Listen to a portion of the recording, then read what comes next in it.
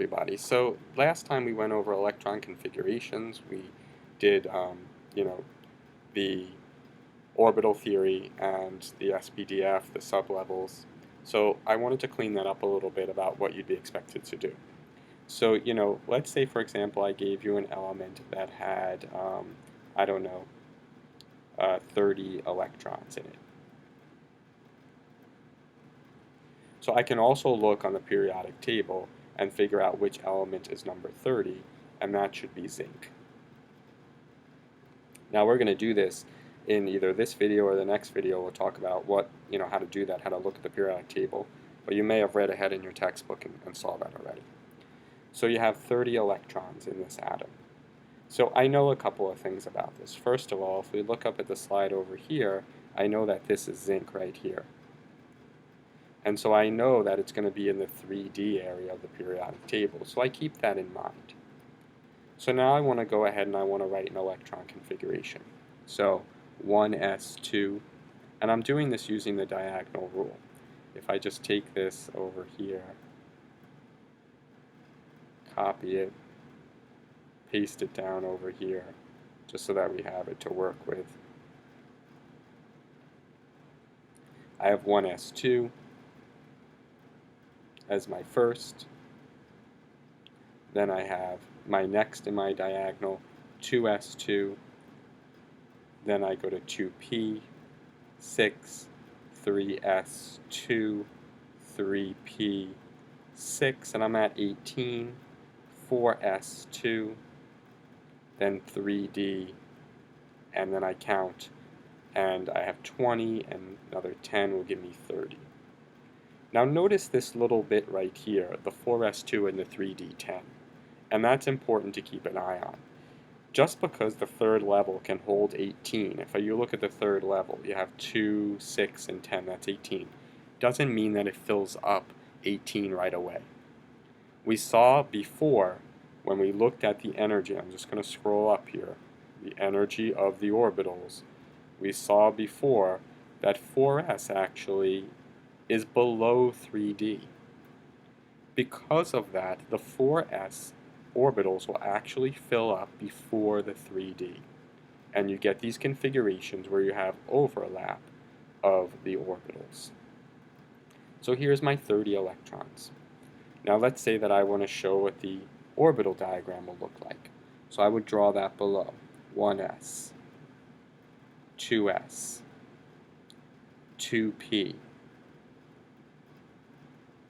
Notice I follow Hund's rule. I do 1, 2, 3, 4, 5, 6. Hund's rule says you fill them up separately. 3s, 3p, 4s. I'm going to run out of room here, so I'll do it right here. 1, 2, 3, 4, 5, 3d. 1, 2, 3, 4, 5. 6, 7, 8, 9, 10.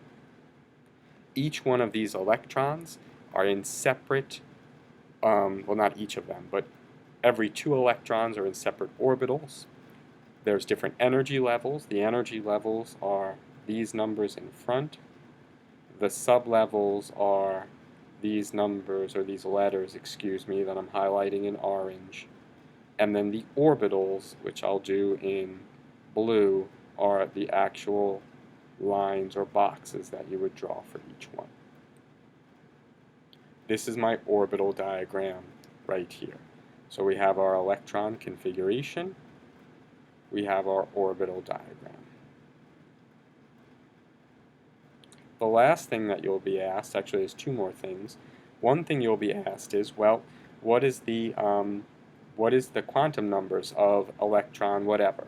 Let's say this last electron that I filled up right here.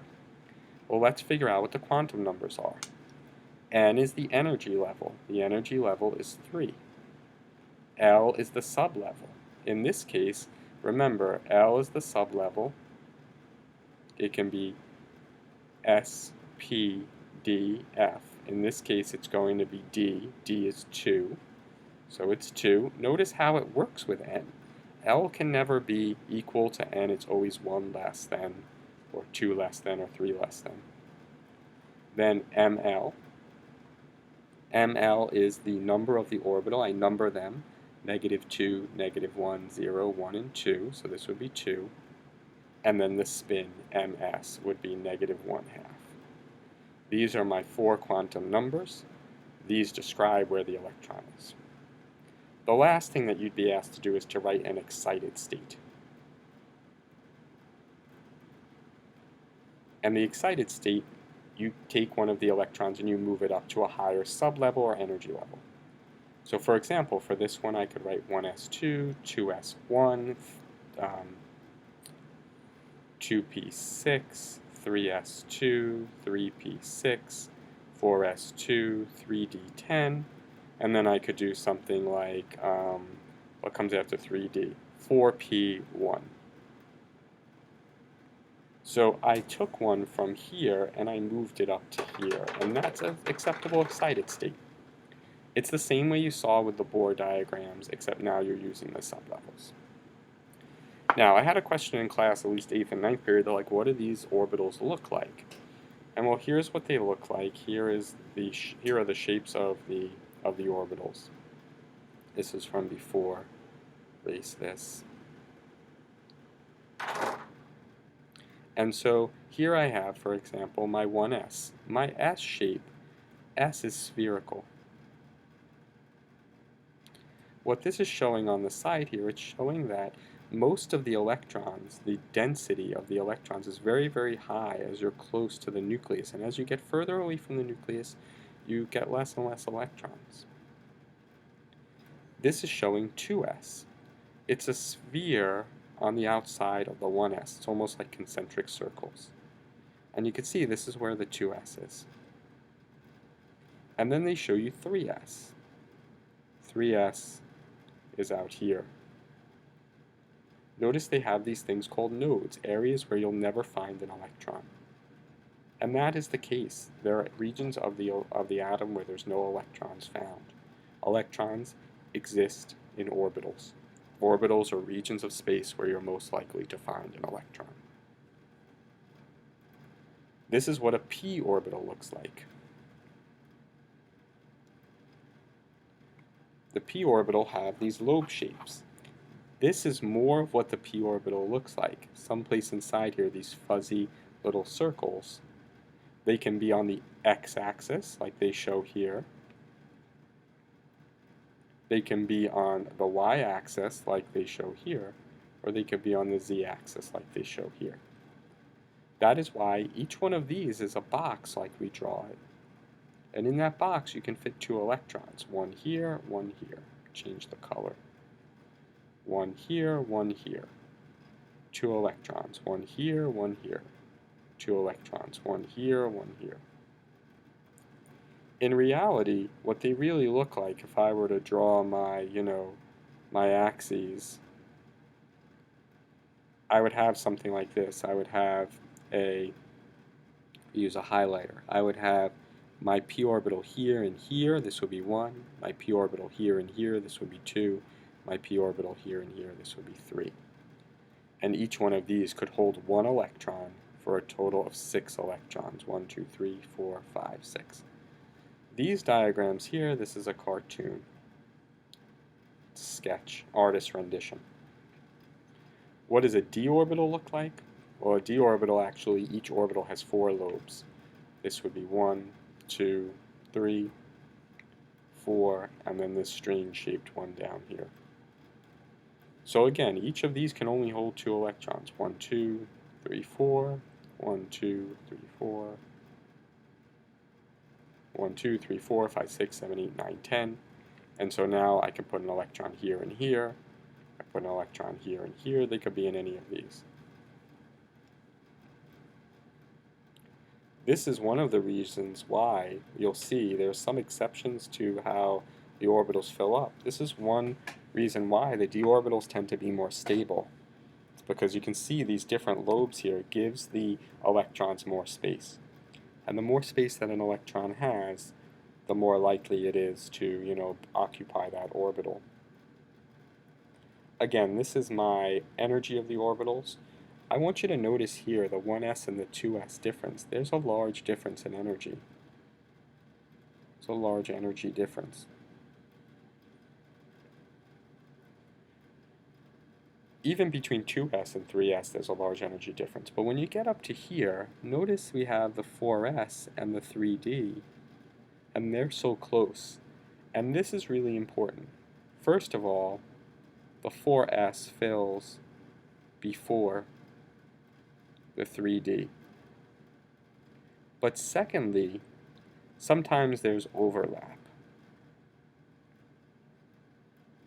And what I'm going to ask you to do in the questions is write the configurations for chromium and copper. And I'm going to then go over those in class with you, because those are two really interesting examples where the 4s and the 3d overlap are really key to what the electron configurations look like. Alright, so we've mentioned Heisenberg before. Mr. Casino added his Breaking Bad reference. But what Heisenberg, the real scientist, did was he was interested in looking at these probability functions.